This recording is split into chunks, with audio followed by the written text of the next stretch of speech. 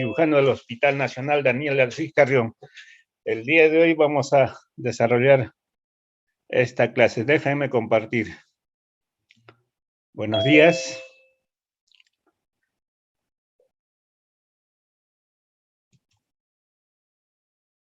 A ver. ¿Se ve? Ok. Sí, está bien. Pondré modo de presentación.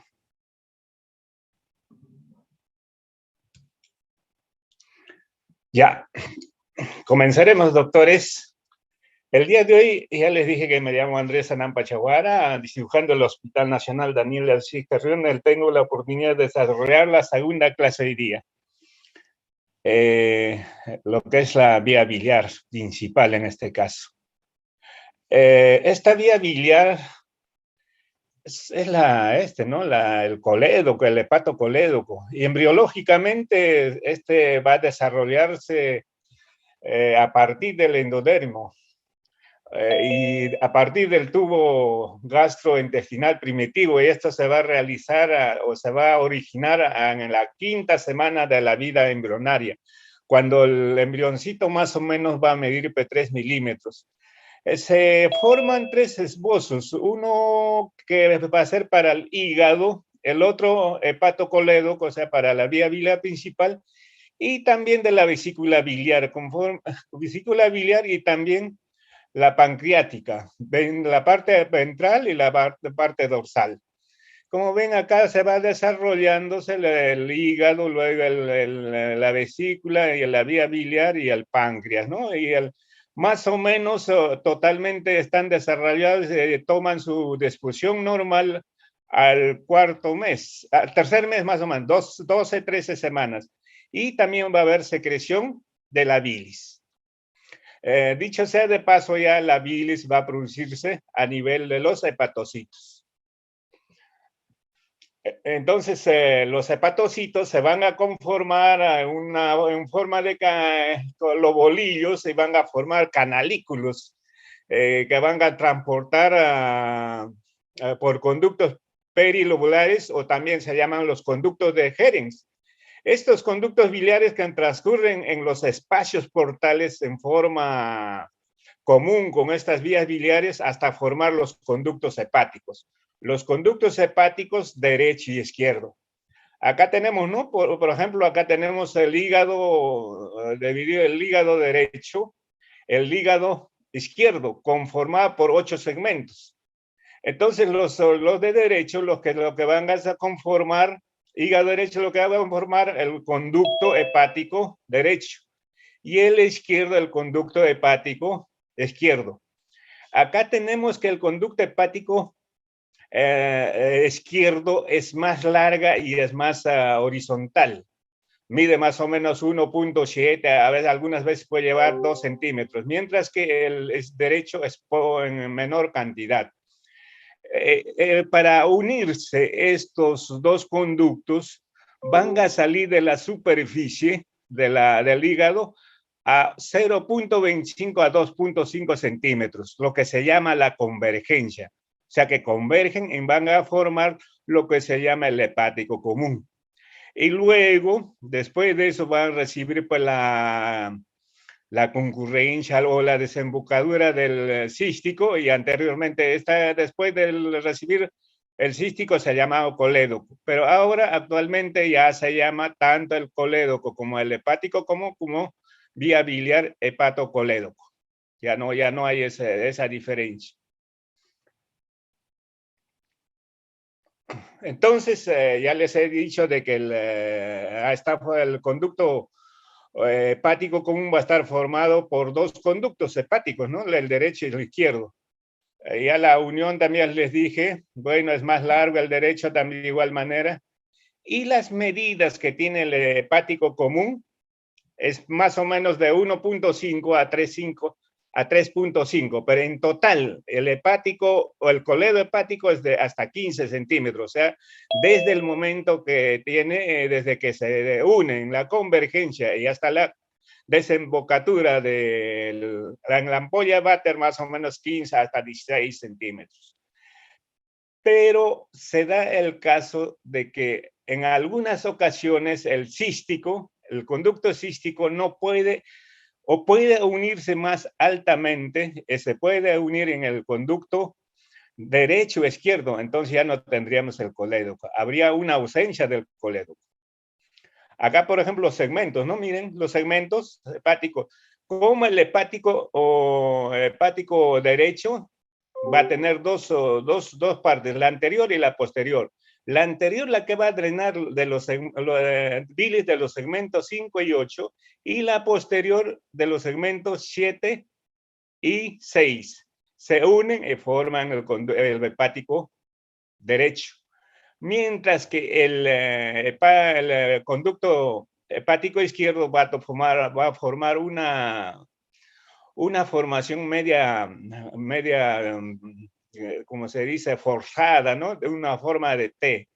Y es más larga y es más horizontal, como ya les dije.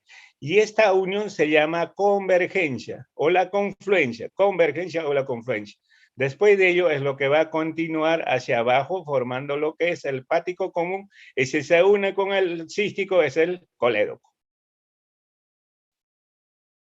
Bueno, acá, una vez que ha salido el hepático izquierdo y el derecho, entonces se unen y se asientan sobre un ligamento hepatoduodenal y trascienden hacia abajo y llegan hasta el duodeno, en la segunda porción donde van a desembocar en la ampolla de Vater, atravesando todo lo que es la parte, lo que es la pancreática, la intramural. Y ven acá la vesícula, que ayer nos ocupamos que es un órgano de depósito de concentración que también tiene la funcionalidad de concentrar bilis, y en un determinado momento en que nosotros consumimos o comimos grasa, entonces hay contracción mediante la acción de la colecistecinina. Hasta acá, entonces, esto de acá anteriormente lo que se llamaría, después de la convergencia hasta la unión del cístico, sería el hepático común. De cístico hacia abajo, lo que llamaba colédoco. Nosotros ahora toda esta dimensión se llama vía principal hepatocolédoco. Ya no hay esta gran división había, pero de todas maneras hay que tener en cuenta que sí podemos estar dividiendo con fines académicos. La distancia, o mejor dicho, todo lo que mide todo este trayecto es, como le dije, es de 5 hasta 18, hasta 16 centímetros. Ahora, ¿cuánto es el lumen, el diámetro de este hepatocolédoco? Es hasta 6 milímetros. Anteriormente se consideraba hasta 1, pero actualmente sí se considera hasta 6 milímetros de diámetro. Pero en personas que son colecectomizados, normalmente pueden llevar hasta 1 centímetro, o sea, 10 milímetros. Bueno, vamos a hablar en cuanto a lo que es la bilis, ¿no? Que es el producto final que va a ser transportado por la vía biliar principal. La composición de la bilis hepática, hay que diferenciar de que hay la bilis hepática y la bilis biliar. La hepática es la que se ha producido en el ¿no? En el hígado, y esto va a estar compuesto por colesterol, por fosfolípidos, ácidos biliares. En sí, el 65 a 90% va a estar constituido por ácidos biliares, y también los pigmentos biliares, y agua y electrolitos. Pero ¿cuál es la función de la bilis?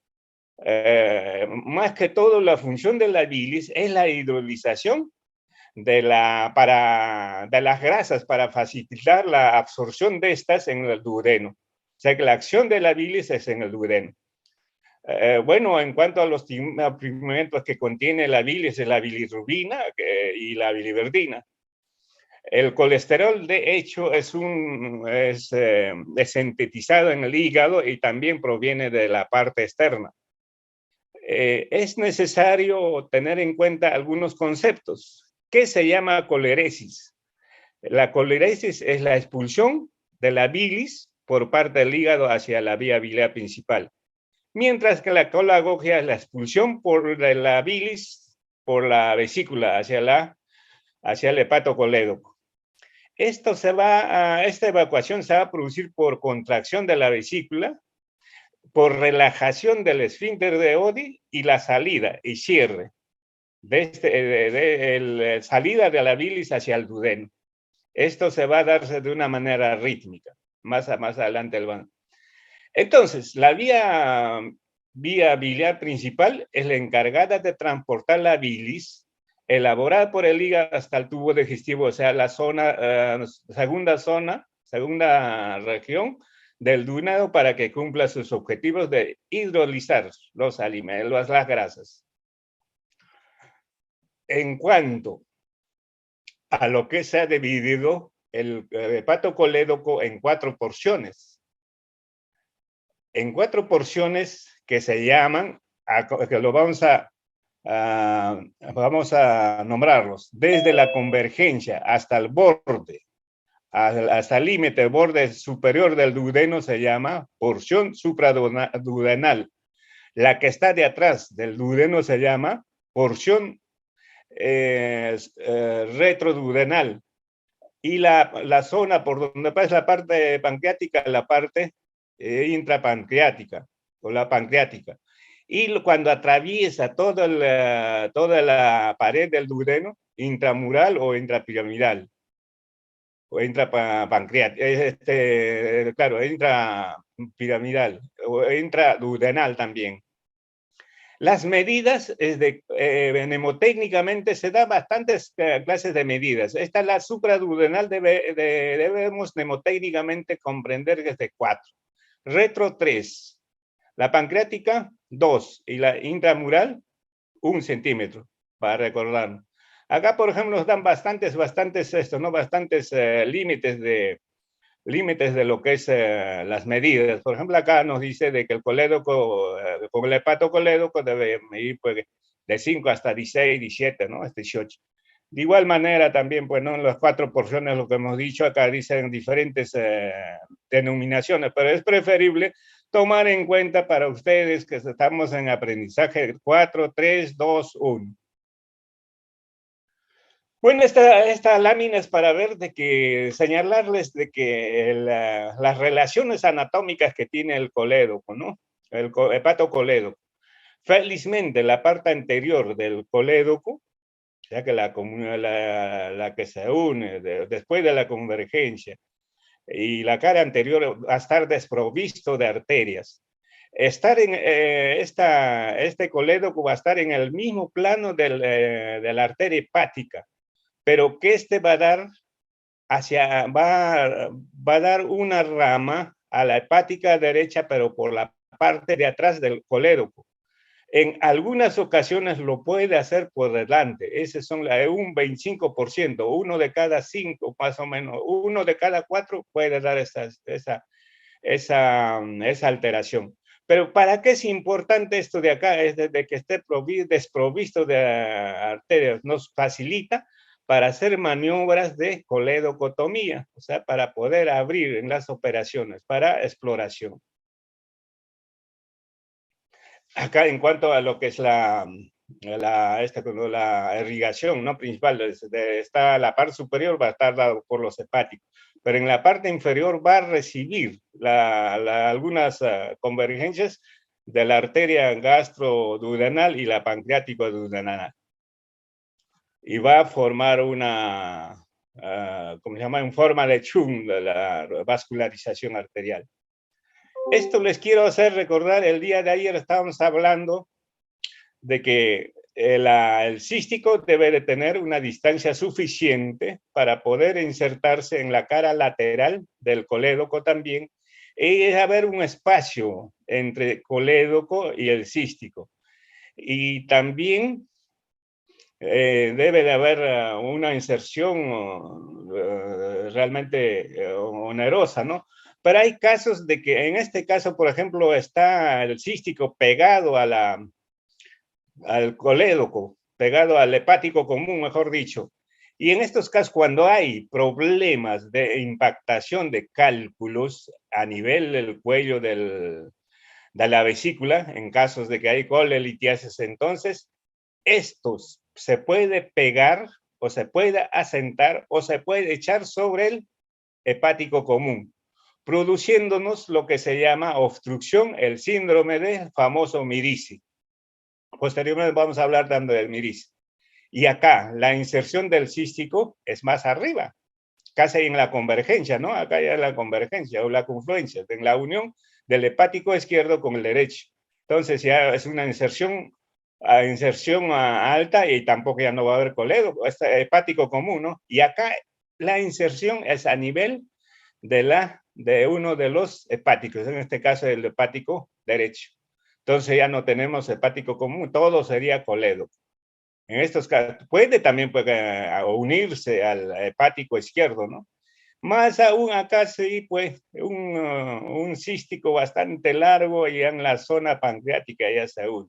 Y es una cortita, ¿no? Que no tiene ninguna. Y acá se hace una muesca y se inserta en la cara anterior. Y acá una muesca por la parte anterior y está realmente insertándose en la cara anterior también. Son algunas de las alteraciones que hay que tener en cuenta, hay que tener conocimiento por la razón de que en casos de colecistectomías uno se puede confundir pues, con el colédoco y puede uno cortar la vía principal, que es una catástrofe en casos de intervenciones quirúrgicas que se hacen. Bueno, ayer hablábamos del triángulo de Calot, ¿no? Por lo que el triángulo de Calot, decíamos que anteriormente estaba dividido o estaba dado por el borde inferior del hepático, o sea, del hígado. Luego el cuello y el cístico y el hepático común. Eso era normalmente el triángulo de Calot. Y dentro de ello, en el triángulo de Calot, estaba lo que se llamaba la arteria cística. Esto es para poder disecar en las colecistectomías, que son puntos críticos que el día de ayer estamos hablando. Y dentro de este, en la unión de la arteria cística con el conducto cístico, donde se une ya a la arteria, hay un ganglio que se llama el ganglio de Mascagni. Pero ahora, lo que se ha confinado el triángulo de Calot, con fines un poco más precisos de precisar las intervenciones quirúrgicas, es que este ya está formado solamente por la arteria cística, parte del conducto cístico y hepático común. Es la nueva denominación del triángulo de Calot. Como ya les dije, estas son diferencias que hay que hacer, pero no preocupar tanto porque no va a ser tan exigente en cuanto a eso. Es para el conocimiento que ustedes tengan. Esto es importante, como ya les dije, para las disecciones, para las colecistectomías. O también conocer todo lo que es la anatomía, ¿no? Bueno, esto es de que el hepatocolédoco, o sea, que el conducto de la vía principal está conformado por un enmarañado de irrigación arterial, lo que se llama el chum biliar. Y muy posiblemente gracias a esto que todos los procedimientos quirúrgicos que se hacen de apertura, que se hacen anastomosis, son los que van a sanar de una manera más fácil. Ya les dije que está inervado por los hepáticos o irrigado por los hepáticos y también por el gastroduodenal y el pancreático duodenal por la parte inferior. Ustedes saben que el colédoco, el hepatocolédoco, tiene que unirse con el conducto de Wilson para desembocar en la ampolla de Vater y desembocar todo su contenido. Entonces hay momentos que debe de realizar por lo menos a una distancia prudente, pero pueden hacerse muy cercanos a la ampolla de Vater y entonces tenemos un conducto bastante corto. En algunas ocasiones no se pueden unir y se desembocan de una manera individual. Estamos frente a un conducto sin ¿no? Común, está dividido. Mientras que puede también, apenas llegan a encontrarse en el borde de repente en el páncreas, entonces en el momento que está comenzando tenemos un conducto largo. Acá hay ausencia de un conducto común, ¿no? Bueno, esto es para ver de que el conducto de Wilson, al unirse con el colédoco, debe salir por la ampolla de váter por una zona que se llama por la papila mayor. Y más arriba está la papila menor porque la cabeza del páncreas hay un conducto accesorio llamado Santurini. Entonces, esto es para diferenciar, y esto es la segunda porción del duodeno. Esto es importante saber diferenciar porque mediante esta papila o esta desembocadura es lo que se va a realizar las colangiografías retrógradas, la que con pancreato colangiografía endoscópica, y entonces hay que canulizar esa zona, hay que canulizar esa desembocadura o esa papila. Para eso es importante y no hay que confundir, ¿no? Si confundimos, estaríamos yendo a la parte superior del... Acá se tiene que hacer la colangiografía, se hace la esfinterotomía, en el caso de que se han impactado los cálculos en esta papila, en esta desembocadura. Ya bueno, ¿cómo es que se produce ¿cómo es? La salida de la bilis? La salida de la bilis se produce porque hay una diferencia de presiones. Para que pueda salir la bilis desde el hígado hacia la vía biliar principal, hay una presión de 30 centímetros, pero abajo, más abajo en el hepatocolédoco hay de 10 a 15. Y esto descenso se debe por los tres mecanismos que hay actividad del esfínter abriéndose, cerrándose, la reflexión y la contracción de la vesícula y la actividad de absorción de la vesícula. Entonces, esta gradiente de presión es lo que va a hacer que se abra y se cierra por 5 segundos a 10 segundos el esfínter de Oddi, dejando pasar un montón toda la bilis y luego cerrarse.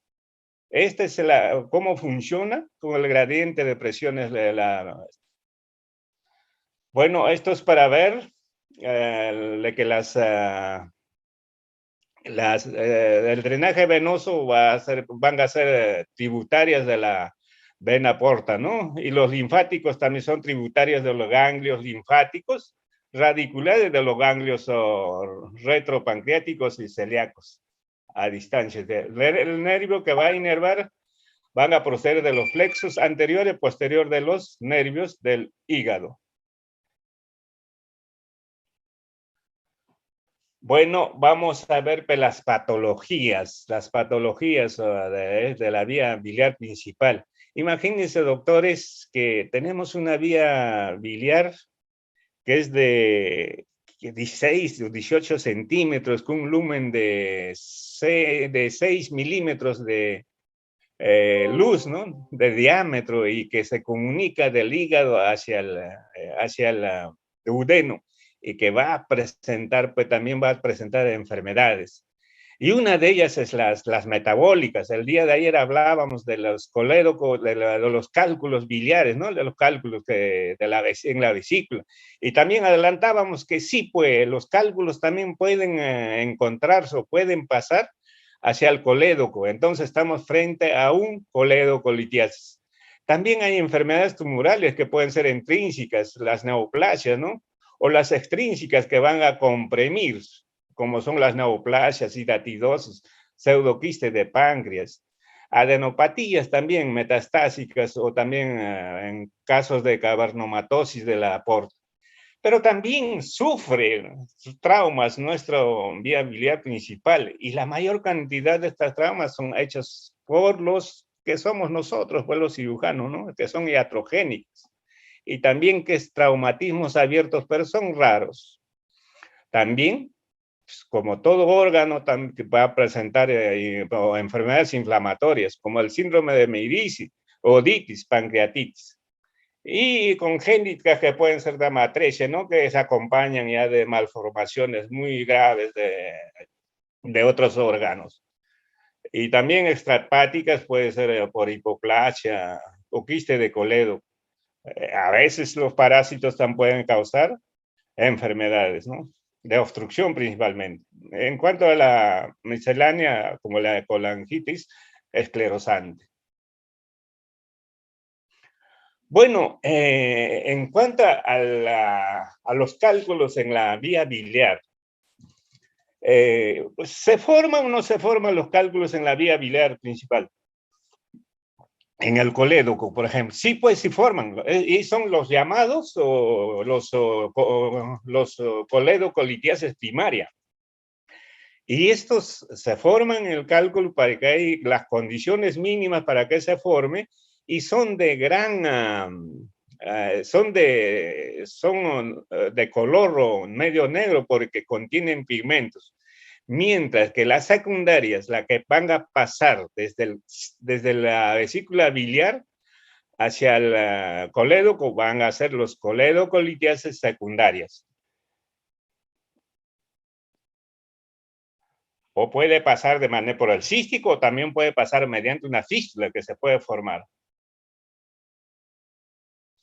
Bueno, ya les dije, los cálculos están formados por colesterol y pigmentos. Los de colesterol son principalmente la que se encuentran en la vesícula biliar y los pigmentos son los formados a nivel de del colédoco. Miren, de 6 a 12% de los cálculos pasan hacia el colédoco. O sea, buena cantidad, ¿no? Y esto puede aumentar con la edad.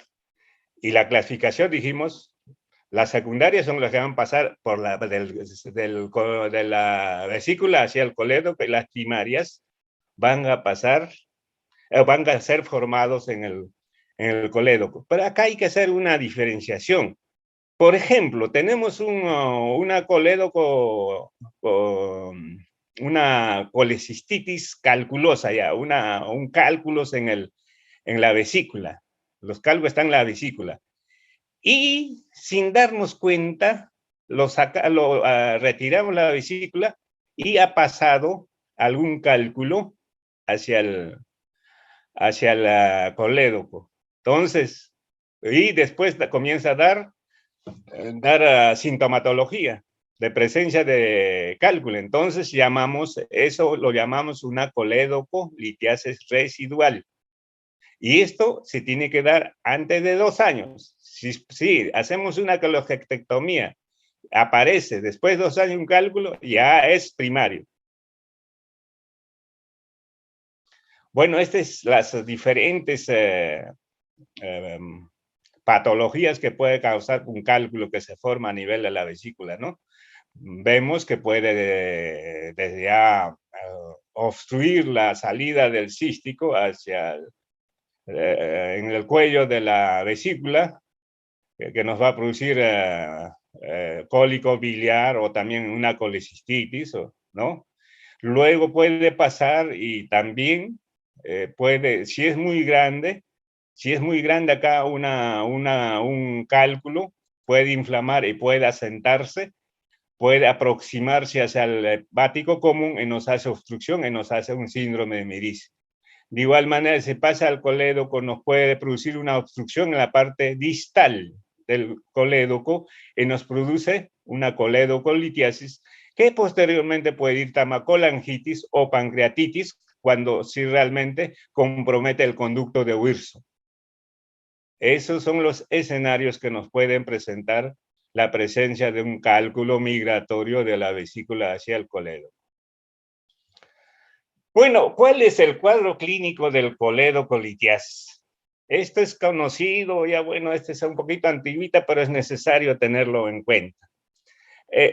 Si realmente está obstruyendo la parte distal del colédoco, de hecho va a haber un cólico biliar, como nosotros ayer hablamos de un cólico biliar, ¿no? Localizado en cuadrante superior derecho, que a veces puede ir al hombro o a la región escapular.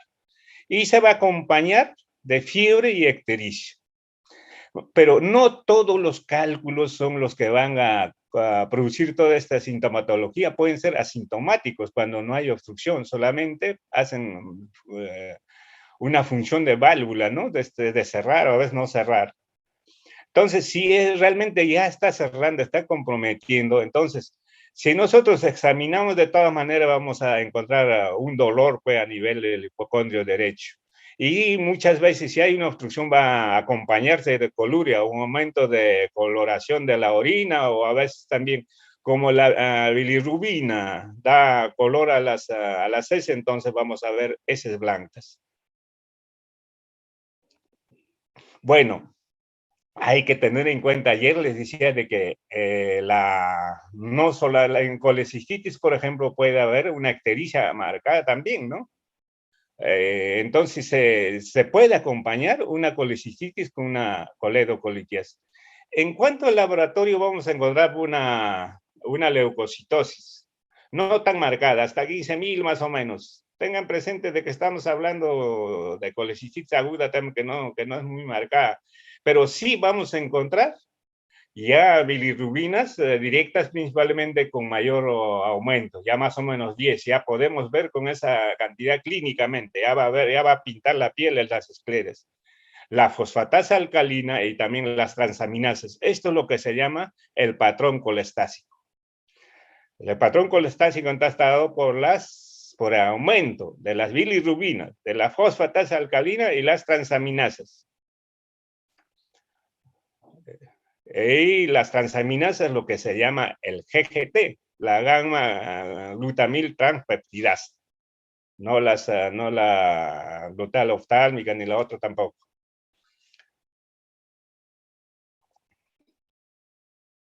Bueno, ¿cuáles para poder ayudarnos? ¿Cómo nosotros, ya dijimos laboratorialmente, ya podemos encontrar todo lo que hemos dicho, pero en los exámenes de imaginología vamos a utilizar lo que siempre está en nuestra mano, ¿no? Es la ecografía, que es la más barata y la más que tenemos en todos los hospitales. Y vamos a ver que hay dilatación de las vías biliares. Podemos utilizar para poder determinar si realmente no hay cálculos, tenemos que hacer la colangiografía, la colangiografía, la colangiografía, la resonancia magnética, disculpen por favor, la resonancia magnética.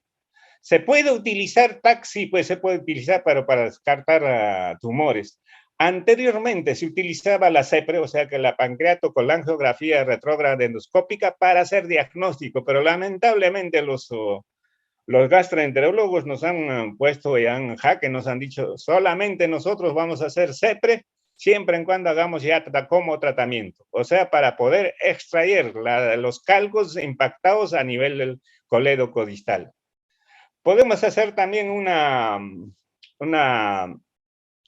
colangiografía percutáneo transhepático, tan hepático, o sea que entrando por la piel y calzar uno de los conductos hepáticos de mayor calibre y anterogradamente se puede hacer también.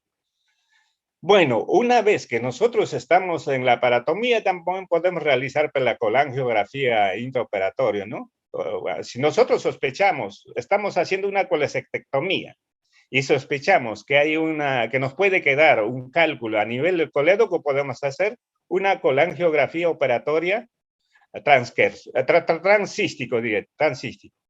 Y también se puede hacer, si nosotros no hacemos o no podemos eliminar el cálculo a nivel distal del colédoco, que entonces se puede también hacer una exploración de vías biliares.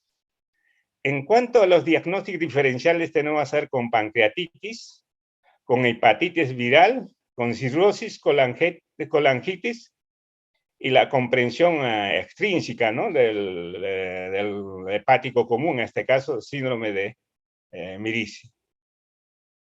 Ya les dije la ecografía. El gol estándar acá es la colangiografía de resonancia magnética. Es lo que nos va a determinar la anatomía de las vías biliares y la presencia de los cálculos. La colangiografía endoscópica también se puede hacer y la ecografía endoscópica. Esto es utilizando la colangiografía o el endoscopio, ¿no? Mediante el CETRE.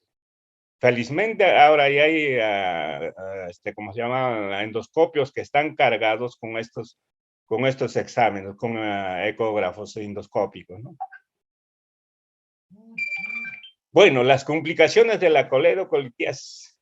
Si hay una obstrucción a nivel de la vía biliar principal, entonces ascendentemente hay obstrucción y va a subir hacia arriba. La bilis nos puede dar pues, abscesos intrahepáticos, nos va a dar colangitis, insuficiencia hepática, cirrosis biliar, pancreatitis. Y también, bueno, en algunos casos puede pasar, pues si hay mucha bilis a nivel del hígado, con dilatación de las vías biliar intrahepáticas, puede pasar pues, hacia la sangre la bilis. El tratamiento, de hecho, como ya hay fiebre, como hay aunque no hay, aunque hay un poco de discusión acá, pero es dable a utilizar antibióticos de amplio espectro, ¿no? Por ejemplo, ciprofloxacino con metronidazol, tanto para gram positivos como para anaerobios. El tratamiento de elección en este caso es la eliminación del cálculo que está obstruyendo mediante la esfincterotomía endoscópica mediante la CEPRE. Es el indicado. En este caso, se puede hacer mediante la CEPRE, porque la CEPRE es la que va a hacer la esfincterotomía. Se debe tener condiciones, como por ejemplo de que el cálculo no sea muy grande. Aceptan hasta 12 milímetros de diámetro del cálculo, pero felizmente actualmente nuestros endoscopistas ya tienen pues litotrixores, tienen ya los implementos de, por ejemplo, la canastilla de Dormia. Entonces pueden extraer hasta 1.8 milímetros. Y luego, si no se puede hacer eso, indudablemente, si ya está impactado totalmente, no se puede extraer, se tiene que hacer tratamiento quirúrgico.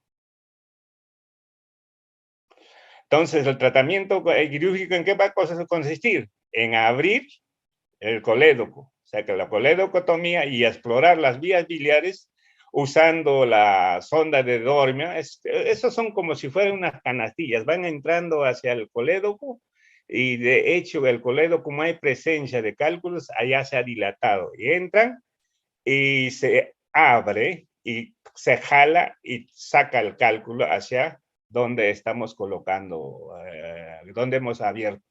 También tenemos las pinzas Randall, que son pinzas especiales como para extraer todos los cálculos, y el balón de Fugarte. Anteriormente, ahora ya no se hace mucho, se hacía la esfincteroplastía mediante la disección, lo que nosotros llamamos la disección de Kocher. Se desprendía la segunda zona del duodeno, se abría y ahí se abría el duodeno, se hacía una esfincteroplastía, se cortaba y se le hacía de repente alguna sutura cuando hay mucho sangrado, o sea, a visión directa. Esto cuando nosotros no podíamos sacar los cálculos que se han impactado y que eran grandes. Luego, como les digo, también se puede hacer coledoscopía, o sea, que exploración de las vías biliares, pero esto es intraoperatoriamente. En la cuestión de lo que no se puede, en situaciones en que no se puede hacer no se puede extraer, entonces los cálculos, entonces tienen que hacer ya desconexión del colédoco o el hepatocolédoco y hacer derivaciones biliodigestivas. O sea que se puede unir el colédoco con el duodeno, que puede ser lateral o el término lateral, o también se puede hacer el colédoco con el conducto hepático o con el mismo IU1 en IE de Rux, una asa desfuncionalizada, o un asa omega, pero eso ya son operaciones con apertura. Entonces, en una coledocolitis lo más importante es hacer la esfincterectomía, o sea, corte y sacar el cálculo, o sea, con eliminación ductal del cálculo. Una vez que se ha hecho esa eliminación, los cálculos en la vesícula van a persistir. Entonces hay que hacer una colecistectomía complementaria a los 3 días, a las 72 horas. ¿Por qué razón? Por la razón de que cuando se corta, cuando se hace una esfenterectomía a nivel de la ampolla de váter, va a haber complicaciones. Son 3 complicaciones que se presentan. 1, el sangrado. 2, pancreatitis, o también se podemos perforar. Tengan presente, señores doctores, estas complicaciones después de la esfingterotomía, con fines de extraer los cálculos, o en otros casos, ¿no? Esas son las condiciones las complicaciones que se deben de esperar.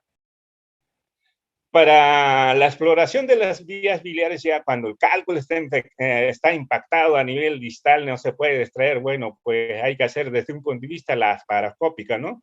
Y tenemos que hacer la exploración, o coledocotomía formal, o también extracción del cálculo abierto, pues con una operación abierta.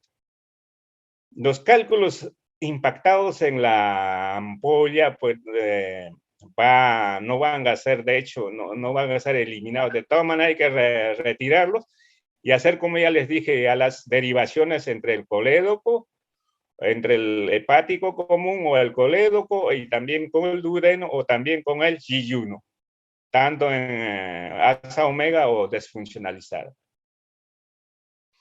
Bueno, una vez que uno hace exploración de las vías biliares, con las pinzas de Randall o la Dormia o la de Fugarte, de todas maneras, en las partes distales van a inflamar esta zona del colédoco. Y también nos puede quedar algún cálculo impactado en la parte inferior, a veces en la parte superior también. Entonces, para ello, para poder ubicar nuevamente o que no pase bien hacia el duodeno a la bilis, colocamos unos drenes que se llaman unos drenes de Kerr. Tienen un brazo largo y 2 brazos pequeños en forma de T. Pero para colocar que quepe, que cabe holgadamente dentro del colédoco, nosotros tenemos que hacer un destechado de los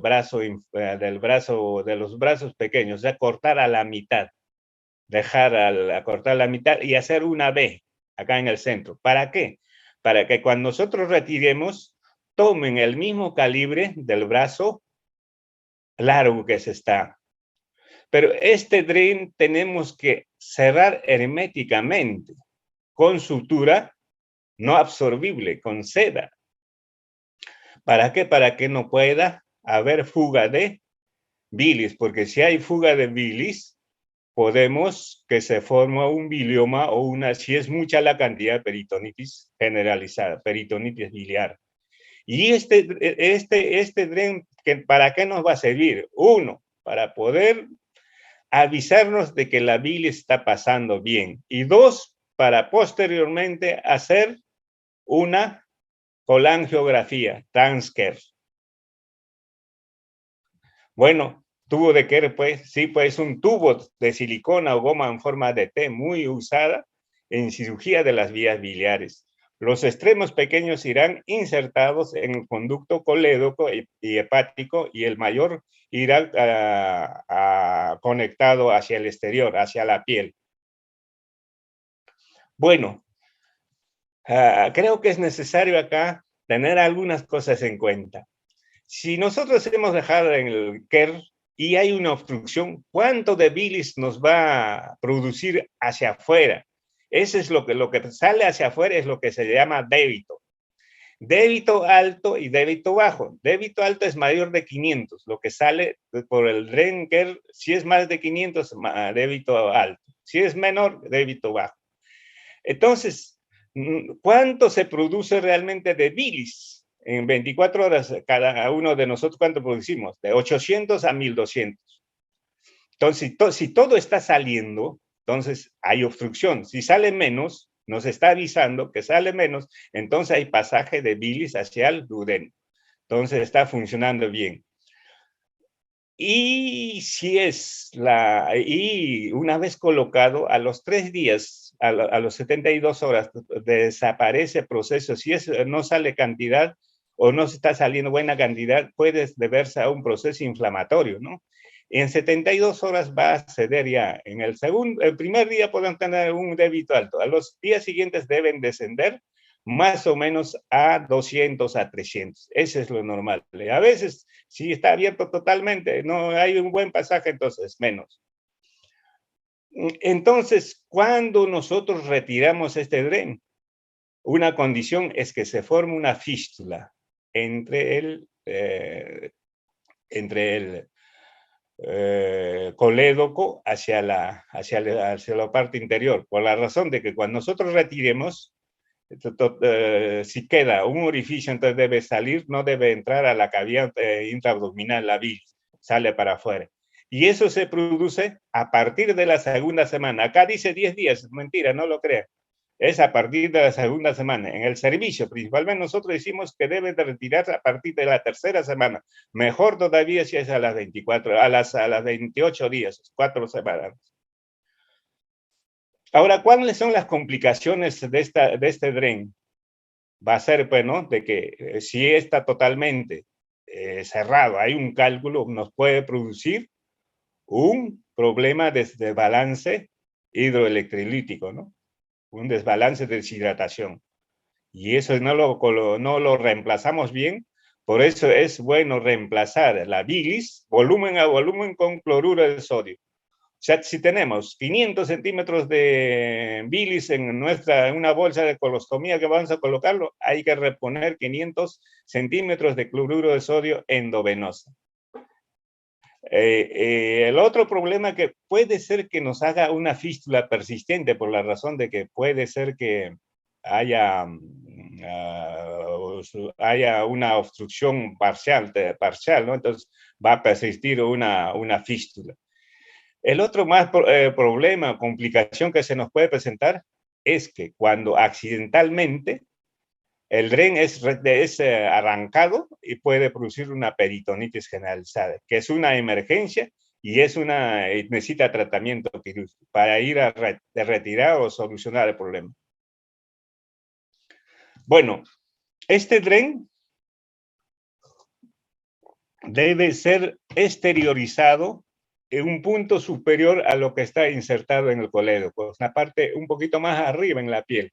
Debe ser fijado con puntos de seguridad, inclusive con una seguridad que se da en forma de enrollamiento de la seda que se utiliza. Y luego esta zona que es la terminal debe estar conectado a una bolsa de colostomía para controlar el débito diario, el cuánto sale diario. Y enseñar para que pueda, las bolsas de colostomía son unas bolsas especial de colección que cuando se llena se desemboca por la parte inferior, se le saca. Y al paciente que se va a dar de alta, se le da de alta al paciente cuando el débito es de 200 a 300. Y se le cita para que vuelva para su control. Y se retira, como ya les dije, después de hacer una colangiografía transfer, que nos asegure que está permeable la vía biliar. O sea, con buen pasaje de la bilis ya se retira el queso. En cuanto a esto, a ver, ya dijimos la producción de la bilis de 800 a 1200. Bueno, dejemos de lado nuestro coledocolitis con las exploraciones que hemos hecho, con la exploración de la biliar, con el fin de retirar el cálculo. Hablemos lo que es la colangitis. O sea, ayer hablábamos lo que era también cólico biliar, que hay que diferenciar con una colecistitis aguda, ¿no? Una colecistitis, un cólico biliar era pasajero, durar 6 horas. Un coledocolitiasis también es un cuadro donde no hay compromiso de sobreagregación de las bacterias, mientras que la colangitis, sí, pues sí, hay una sobreagregación bacteriana y es una de las complicaciones de la colelitiasis. Hay una infección bacteriana ascendente vinculada con una obstrucción parcial o total de los conductos biliares. La causa principal es los cálculos provenientes principalmente de la vesícula o también formados a nivel de del mismo colédoco. Pero también puede darse en estenosis benignas y malignas. También la presencia de parásitos o la instrumentación de los conductos o colocación de prótesis permanentes que se coloca, por ejemplo, a nivel del esfínter de Oddi, a nivel de la ampolla, con el que se le pone los stems, cuando hay de repente estenosis o cánceres, o las anastomosis bilioentéricas, ¿no? Que van a producir una obstrucción parcial. Eso también pueden ser las causas, pero lo más principal son los cálculos. Ahora, los patógenos comprometidos están por los E. coli, Klebsiella pneumoniae, Streptococcus fecales, los enterobacterias, los famosos bacteroides fragiles que son los anaerobios. Ahora, ¿cuál es el diagnóstico? Hay que diferenciar bien lo que es la diferenciación que se le debe dar a la colangitis. Como ya hay una infección secundaria, entonces va a haber fiebre, lo que era la triada de Charcot, dolor de epigástrico, también ictericia, pero como hay una infección secundaria, hay un choque séptico. Hay un choque séptico, ¿ya? Y va a haber un cambio del estado mental del paciente. O sea que hay un compromiso, es lo que se llama la pentalogía de Reno.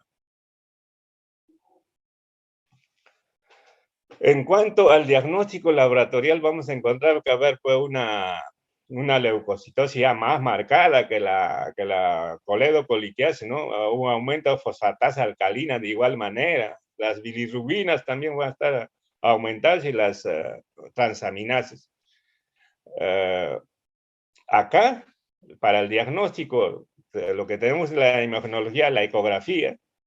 Acá dicen la colangiografía endoscópica retrógrada, no tanto si se puede utilizar, pero ya con fines de extracción del cálculo.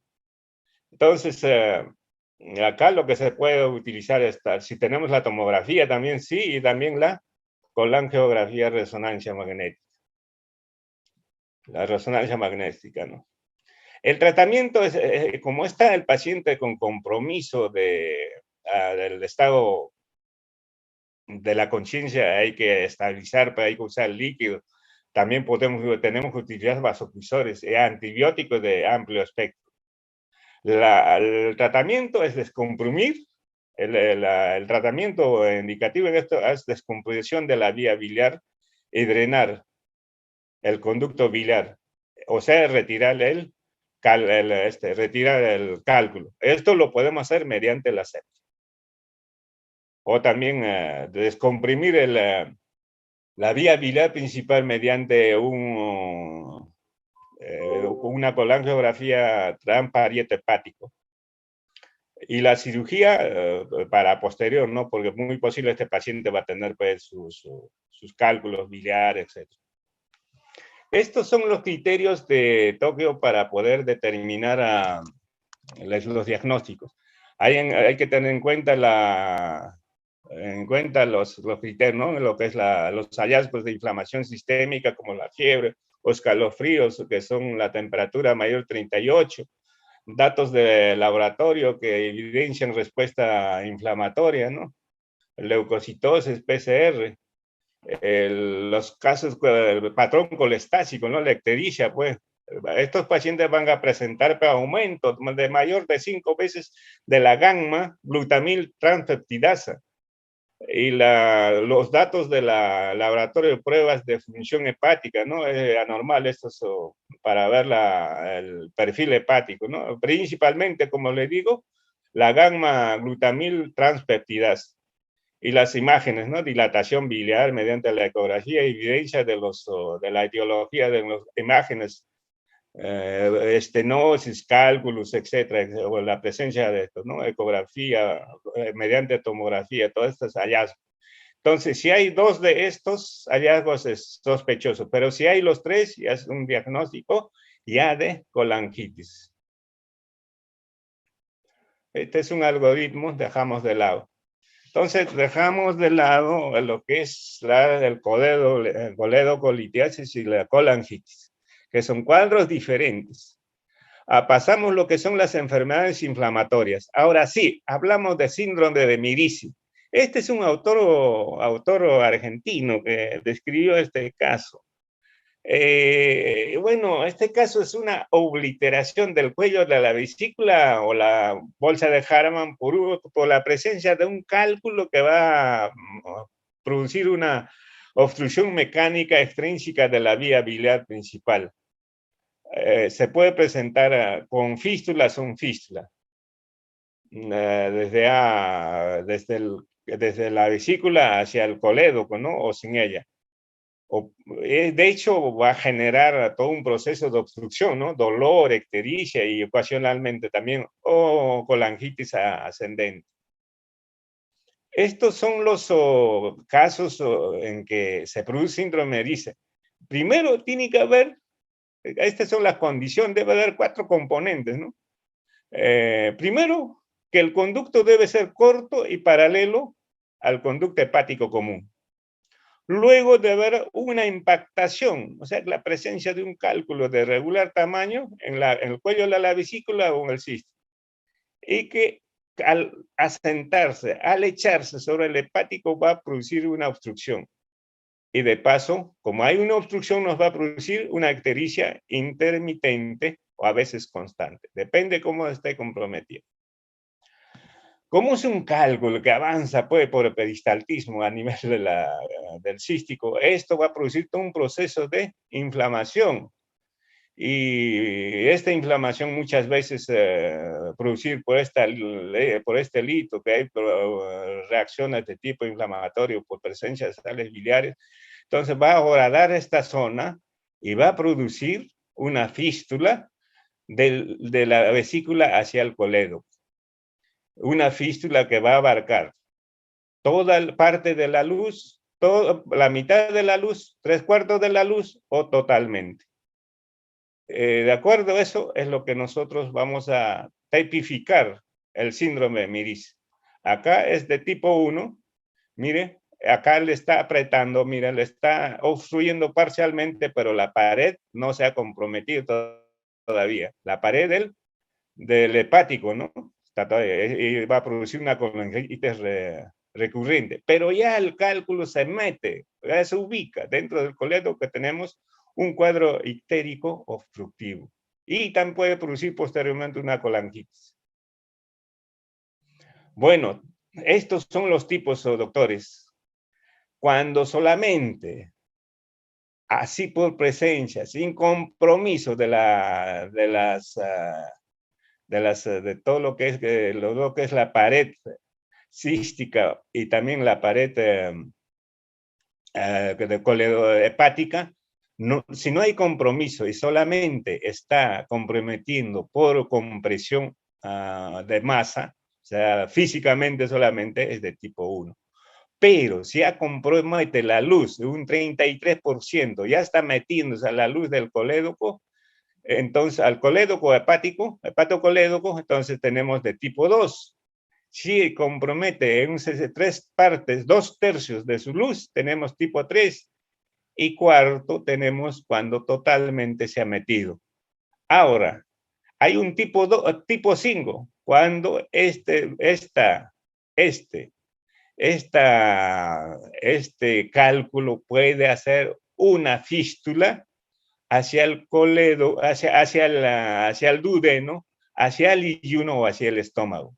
Eso es, cualquiera de estos puede hacer una fístula hacia el bilio, una fístula bilio-digestiva. Entonces ya tenemos tipo 5. Estos son los diferentes denominaciones que en la historia desde 1982 ha usado, ¿no? Pero se ha quedado desde 2007 con esta determinación hasta de tipo 5, ya les he dicho. Es cuando hay tipo 5 es cuando hay una fístula ya en cualquiera de las etapas hacia el duodeno, hacia el iyuno o hacia la parte gástrica. Ahora, en cuanto es la descripción que hemos hecho, ahora hay un tipo 5, 1, este tipo 5A, este es esa es una salida del cálculo hacia la vía intestinal sin hilio. De tipo B es cuando produce el hilio, o sea que aquel cálculo que ha salido de la vesícula se introduce en este caso al yeyuno y produce una obstrucción a nivel de la válvula iliocecal y nos está produciendo esa obstrucción lo que se llama hilio biliar. Es de tipo 5, Mirici tipo 5B. Esta es una colangiografía endoscópica, sí, que nos está señalando que aquí hay un cálculo. Ahora, en cuanto al tratamiento, va a darse pues, de acuerdo a lo que hay, a los hallazgos que se encuentran, ¿no? De repente, si solamente es el MIRIS de tipo 1, entonces basta con una colecectomía laparoscópica, ¿no? O de repente también puede ser una colecectomía total. Pero en los casos de 3, 4, entonces ahí sí hay que hacer ya unas derivaciones de anastomosis entre el duodeno o entre el yeyuno, en Y de Rux. De igual manera, eso es otro trabajo que han hecho una sierra de... Para que se den cuenta, ¿no? Por ejemplo, acá este es de tipo 1, donde solamente por presencia, lo que han hecho una colecectomía han dejado un tren tubular, pero debe ser un KER, a nivel del colédoco. Acá una colecectomía y acá, porque ya ha habido una inflamación en la parte del cuello, le han dejado una parte de la vesícula, o sea que la parte del cuello, del infundíbulo, y han esterilizado una sonda. Bueno, ese es en cuanto al síndrome de Mirice. Entonces, el síndrome de Mirice también necesita tratamiento de derivación. Ahora hablaremos lo que son los quistes de colédoco. Bueno, estos quistes son, pues, realmente tienen formaciones quísticas de dilatación que pueden ser primarios, ¿no? La mayoría de los quistes primarios son congénitos, secundarios que pueden ser por aumento de la presión intraduodenal, que este puede verse por obstrucciones, por ejemplo, cuando hay operaciones se le puede estenosar con una quema que se puede realizar con el HUC, ¿no? Con electricidad, o inflamación por neoplasia, ¿no? El diagnóstico, de hecho, va a darse pues, mediante la ultrasonografía, la colangiografía de resonancia magnética es la mejor, pues, ¿no? El TAC también, mediante CEPRE también. Y cuando hay quiste va a haber pues la triada. Siempre estamos hablando de triada, doctores. Mire, en el quiste va a haber dolor, ictericia, porque hay dilatación a ver estas, ¿no? Y masa abdominal. Pero nos preguntan, ¿pero por qué hay masa abdominal si nuestro colédoco, nuestro hepatocolédoco mide solamente 6 milímetros? ¿Cómo vamos a...? Sí, pues sí hay masa abdominal. El manejo, de hecho, el manejo quirúrgico es la resección del quiste. En la medida de lo posible, por la posibilidad de que este se puede convertir en cáncer, ¿no? Hay que hacer... La clínica, como les he dicho, ya pues, está caracterizado por dolor, abdominectericia, en un 20% de los casos va a presentarse esta masa abdominal. La mayoría van a presentarse síntomas no aislados, dolor o ictericia, ¿no? Y algunas veces puede producirse complicaciones, como pueden presentar por éstasis, como hay dilatación de las vías biliares, entonces hay éstasis biliar a nivel de la vesícula, pues esto puede cursar como litiasis, ¿no? De igual manera, si hay una dilatación y a nivel distal una estenosis del colédoco, una colangitis también ascendente, ¿no? Pancreatitis recurrente, depende de dónde esté ubicado el quiste. El quiste también puede romperse.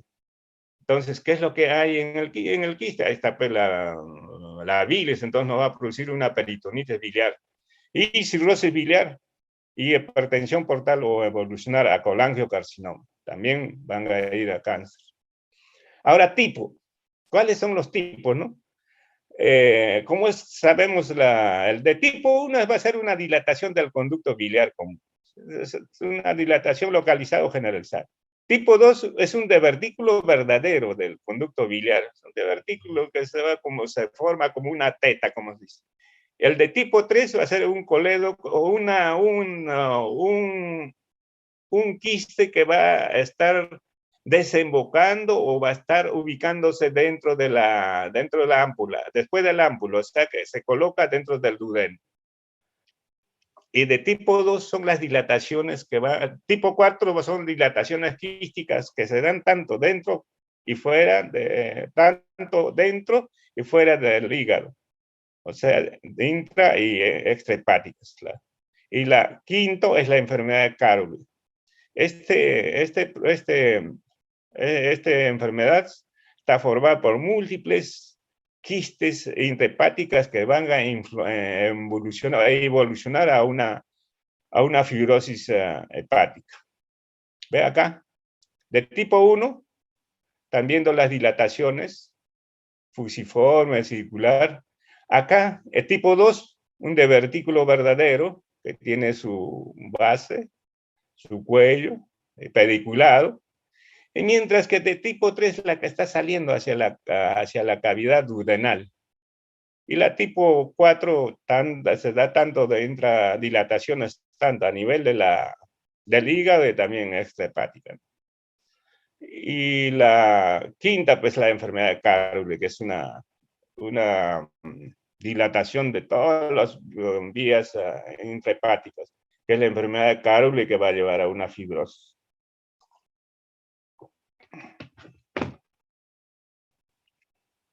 Este es realmente un quiste de tipo de divertículo, se ha extraído. El diagnóstico, bueno, lo vamos a hacerlo desde un punto de vista clínico, ¿no? Desde un punto de vista de los dolores que podemos dar. Pero lo que sí, pues las técnicas que vamos a utilizar, la ecografía más que todo, ¿no? Y la colangioresonancia. Podemos utilizar la TAC, sí, pero ante todo tenemos que hacer de manera gradual, ¿no? Primero nuestra ecografía, la colangioresonancia para determinar la tomografía y la CEPRE con fines ya de intervención. Bueno, dentro de los hallazgos ecográficos se va a identificar una estructura quística que puede contener barro, cálculos e incluso neoplasias. A diferencia de los pseudoquistes pancreáticos o de los quistes de duplicación entérica, el quiste de colédoco puede alcanzar dimensiones tan grandes que impiden su correlación etiológica con el árbol biliar. Entonces, este es un caso muy especial, ¿no? Nosotros podemos palpar al examen de que existe un quiste de colédoco. Ecográficamente, es un quiste grande, con paredes fijas, contenido hipoecoico, uniforme. Esta es una tomografía de igual manera, bastante grande, y esta es una colangiografía endoscópica, el pancreato duodeno, endoscopia retrógrada, ¿no? Ahí vemos que tanto las vías biliares intrahepáticas como las extrahepáticas están dilatadas. Estamos frente a una enfermedad de tipo, un quiste de tipo 4, ¿no? Tipo 4. En cuanto al tratamiento, de todas maneras se tiene que hacer una quistectomía y una derivación hepatoyionostomía, ¿no? En asa de Rux. Algunos casos, en casos de que en el tipo 3, recuérdense, el tipo 3 bastaría con una esfincterotomía. O sea que se trata de que todo el quiste se ubique en la cavidad duodenal. Entonces ya sería solucionándose el problema. Pero tipo 4, tipo 5, todo eso ya pues son o ya necesitan ya hepatectomía izquierda o también trasplante hepático, ¿no? El de tipo 5. Esto es para ver de que realmente las derivaciones son con asa desfuncionalizada acá, que se corta el ángulo de trae, se mide 40 centímetros, se lleva para poder conectar con el hepático común o con el colédoco mediante una asa desfuncionalizada, látero terminal, con cierre del yeyun en este caso. Esto es para ver de que realmente, de que este tamaño del intestino debe ser de una manera holgada, no tan alargada, ¿no? Porque esto puede producir una serie de problemas de vólvulo, de estrechamientos, o dar posteriormente patologías diferentes. Bueno, para terminar, vamos a hablar de carcinoma de conductos biliares. No es todavía, no es para terminar. Vamos a hacer un poco rápido. Vamos a hablar lo que son hay carcinomas de conductos biliares, pues, ¿no? La epidemiología, la incidencia de 0.3%. Aparentemente habría un poco mayor en los hombres, pero la diferencia. La edad, más que todo, es de 50 a 70 años. Factores de riesgo: colangitis esclerosante primaria, quiste de colédoco, colitis ulcerativa, anastomosis biliodigestivas, doctores, fasciola hepática, entre otros. Entonces, el cáncer de vías biliares, la frecuencia aumenta con relación con colitis ulcerativa, nos dice acá. Y también aquellos pacientes que sufren parasitosis en otras partes del este, ¿no? Donde hay infestaciones, por ejemplo, África. Pero los tipos, el adenocarcinoma es 70%, 70-71%, papilares de 6.8%, de tipo mucinoso 4,3%, y los escamosos 0.5%. Y otros de menor cantidad, ¿no? Pero ¿cuál es la sintomatología? Lamentablemente, pues a veces no detectamos, no tenemos un programa para detectar por nuestro país. Caramba, lo que vienen los problemas es cuando ya está dando bastante sintomatología. Dentro de esto hay ictericia, bueno, cánceres que están obstruyendo la vía biliar principal. Dolor leve, dolor no es característico del cáncer. Prurito sí, por la presencia de la bilirrubina a nivel del. Estos pacientes van a estar desganados, fatigados, no van a tener hambre, y de paso, de hecho ya, va pérdida de peso. Y por obstrucción pueden hacer colangitis. Entonces, la clasificación que se da en tercio proximal del hepatocolédoco va a ser el tumor de Klatskin, por encima del cístico. El tercio medio, entre el cístico y el páncreas. Abordaje, eso va a ser un abordaje más, y el tercio distal, la que se encuentra en la ámpula, ¿no? En los ampulares. Los estadios: estadio 1, tumor invade mucosa o muscularis solamente, bueno, son un porcentaje. Estadio 2, tumor invade tejido conectivo y perimuscular. Tipo 2, estadio 3, ya hay metástasis de ganglionar, linfáticos regionales. Y tipo 4 ya es invasión orgánica adyacente, ¿no? O metástasis a distancia. El manejo es más que todo.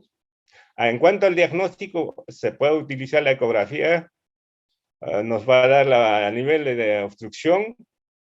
La tomografía nos va a informar también la anatomía, la colangiografía nos va a informar algunos antecedentes que el paciente haya tenido. Se puede utilizar también una colangiografía transparieto hepático percutáneo, ¿no? Pero en esos casos de que no se pueda dar, puede ser mediante la CEPRI o la colangiografía endoscópica retrógrada. Entonces, el manejo es desde ya, pues es quirúrgico. En cuanto al tratamiento, en pacientes con bajo riesgo sin evidencia de invasión de arteria hepática, vena porta o hígado, lo bueno que sería es resecar el árbol biliar y en este caso hay que incluir la bifurcación de acuerdo a la localización y se hace una reconstrucción en Y de Rux. O sea, en estos casos es una operación de resección y una reconstrucción de anastomosis bilio-digestiva en forma de Y de Rux. Estas anastomos se pueden proteger con drenes, ¿no? O catéteres que podrían exteriorizarse hacia afuera. Algunos casos tenemos que hacer, pues, va a depender del compromiso, de la extensión del cáncer, ¿no? Se puede hacer, inclusive hacer una hepatectomía izquierda, ¿no? En casos de que haya ya estadios 3. Y también es necesario hacer, en estos casos también sí se puede utilizar la radioterapia, tanto en la operación o antes de la operación. En los tumores distales, por ejemplo, que sea en la ámpula, tenemos que hacer la operación de Whipple, ¿no? En cuanto al pronóstico, va a ser de acuerdo a lo que está invadido, pues, ¿no? En forma general, la sobrevida a 5 años es 40%. Bueno, ¿qué es un tumor de Klatskin? Un tumor de Klatskin, aquel tumor que está ubicado pues, en la parte proximal del hepatocolédoco, ¿no? Es la forma más común basar la colangiocarcinoma. Esto está relacionado con enfermedades inflamatorias intestinales, las anormalidades congénitas, hepatitis, con enfermedad colangiohepatitis oriental, colangitis esclerosante, el toro tras. Y la clasificación va a darse de acuerdo a la localización que tiene. Tipo 1 está localizado antes de la convergencia. Tipo 2 abarca lo que es antes de la convergencia y parte ya de la convergencia, o sea, donde se une. Tipo 3 es cuando toma uno de los brazos. La convergencia, antes de la convergencia y convergencia, pues, se va avanzando y uno de los brazos. Bueno, 1 y 2 es cuando toma tipo 2A o 2B, es en cuanto se diferencia en lo que es qué momento toma el hepático derecho o izquierdo. Cuando toma hepático derecho es la A, la B cuando toma el izquierdo, acá está mal. Y cuando toma los dos brazos, o sea, los dos conductos, tanto hepático derecho e izquierdo, la confluencia, parte de un poquito más allá de la confluencia, es de tipo cuarto. Bueno, para poder hacer exámenes de laboratorio tenemos que dar la mano, pues echar la mano a lo que es el SA, ¿no? El SA 19.9. De igual manera no puede determinar la fosfatasa alcalina, también las bilirrubinas que van a estar aumentadas, ¿no? Y más que todo la gamma glutamil trampeptidasa. En cuanto a la imagenología, tenemos la ecografía, la TAX, CEPRE y Pero esto ya, punción, aspiración con una aguja fina ya es en momentos de que se interviene para determinar qué ganglios están tomados para poder hacer el vaciamiento ganglionar, ¿no? El PAP, como les es guiada en el momento de la operación por un ecoendoscopio. Lo vamos a hacer una punción rápida, una aspiración con aguja fina, y vamos a determinar si están o no están tomadas, con fines de poder determinar el estiadiaje. La ecografía, la tomografía van a ser pues ya los exámenes ya complementarios, ¿no? Y nos va a determinar la extensión para hacer la estadificación. También podemos hacer la colangiopancreatografía endoscópica, como acá se ve, ¿no? Para el diagnóstico. El tratamiento, la resolución de la obstrucción biliar y la resección de la enfermedad. O sea, extraer todo lo que es el cáncer y hacer las derivaciones biliodigestivas. Ahora, son resistentes, dice que la mayoría son resistentes a la quimioterapia y a la radioterapia. Lo más recomendable es hacer resección quirúrgica. Los tratamientos paliativos, bueno, puede hacerse con gemcitabina o con cisplatina. Bueno, terminamos acá, sí. Vamos a ver los traumatismos de la vía biliar principal. Cuando hay traumatismos va a haber un antecedente de injuria, ¿no? Esto se va a producir pues, en el 95% de los casos cuando se hacen las operaciones de colecistectomía o cuando se confunde el cístico con el colédoco y damos un corte. Esos son los traumatismos iatrogénicos. Y como ya les dije, esto se produce, es un catástrofe, ¿no? Porque para repararlo va a ser un problema. Si es un paciente que tiene un lumen, un diámetro pequeño, para poder anastomosar primariamente va a ser un poco difícil. Bueno, la clasificación de este es dado por Bismuth. De tipo 1 va a ser más de 2 centímetros de la convergencia, un poquito más allá. Tipo 3 en la convergencia, ¿sí? En la unión de los dos hepáticos. Tipo 4, conducto hepático y destrucción biliar. Tipo 5 ya es totalmente los dos conductos, ¿no? Y también ya conducto común, y también los dos conductos hay destrucción. Lo más es de tipo 1 según Bismuth. Entonces, en traumatismos también sí pueden darse, pues sí, pueden darse abiertos, principalmente en balas de repente, ¿no? Entonces, el tratamiento, si realmente estamos operando una colecistectomía y hemos producido una ruptura, un corte a nivel del colédoco, lo que se puede hacer primero es una anastomosis, pero va a depender también del calibre del diámetro del colédoco. En otros casos, cuando operamos, puede que se haya tenido se puede quemar parte del colédoco térmicamente, nos va a producir una estenosis.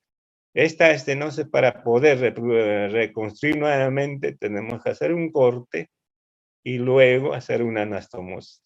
En algunos casos podemos hacer una anastomosis primaria y dejar un dren transcístico por el cístico. En algunas ocasiones, va a depender de las, podemos dejar una anastomosis primaria, o sea, que término terminal y un KER para protegerlo. O algunas veces también una anastomosis término terminal y dejar un dren transhepático derecho. O también, inclusive en las mismas anastomosis biliodigestivas, o sea, con una asa desfuncionalizada hacia el hepático común o hacia en la misma convergencia, hacer una anastomosis, exteriorizar un dren que es de protección para que pueda hacia el exterior, colocado en el mismo término del yeyuno, de la asa desfuncionalizada. Entonces va a depender, entonces, el trauma va a depender de la reparación. Muchas veces no se puede hacer una anastomosis primaria terminal, ¿no? Muchos van a terminar una anastomosis biliodigestiva, hepato yeyunal, una asa desfuncional o en mejor de los casos, colédoco yeyunal, en asa de Rook. Bueno, hasta acá, mis queridos amigos, esto es la llave maestra de todos los cirujanos hepatobiliares. Muchas gracias. Preguntas, doctores. Doctora Nampa, disculpe, en lo de que era quiste de colédoco, el tratamiento, el tipo 2, ¿en qué consiste? Tipo 2, vamos a ver, espérate. Ahí, no. Este de acá. Resección. Este es un divertículo. De todas maneras, resección. Y una derivación bilio-digestiva. Acá sí, en el tipo 3, donde está fluyendo, el quiste está fluyendo hacia la cavidad duodenal, ahí se puede hacer una esfincterotomía. O sea, cortar el esfínter de Oddi.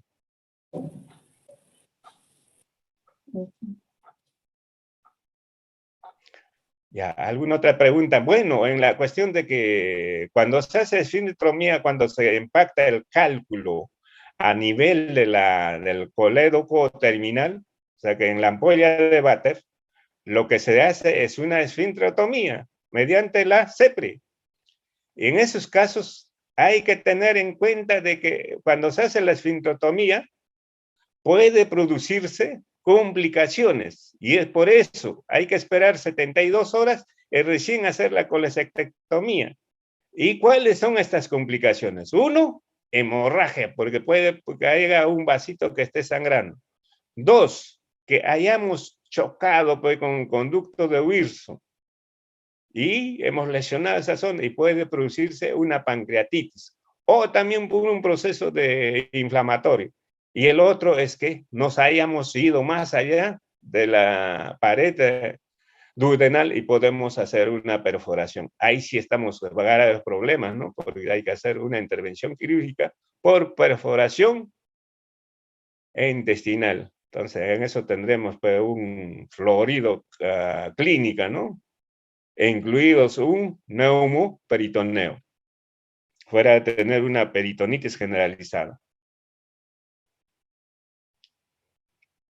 ¿Han comprendido esto de Kers?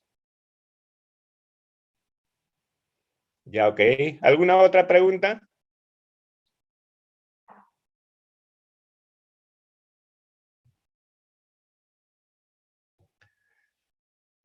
Está el doctor Wilmar, creo que es el que nos acompaña.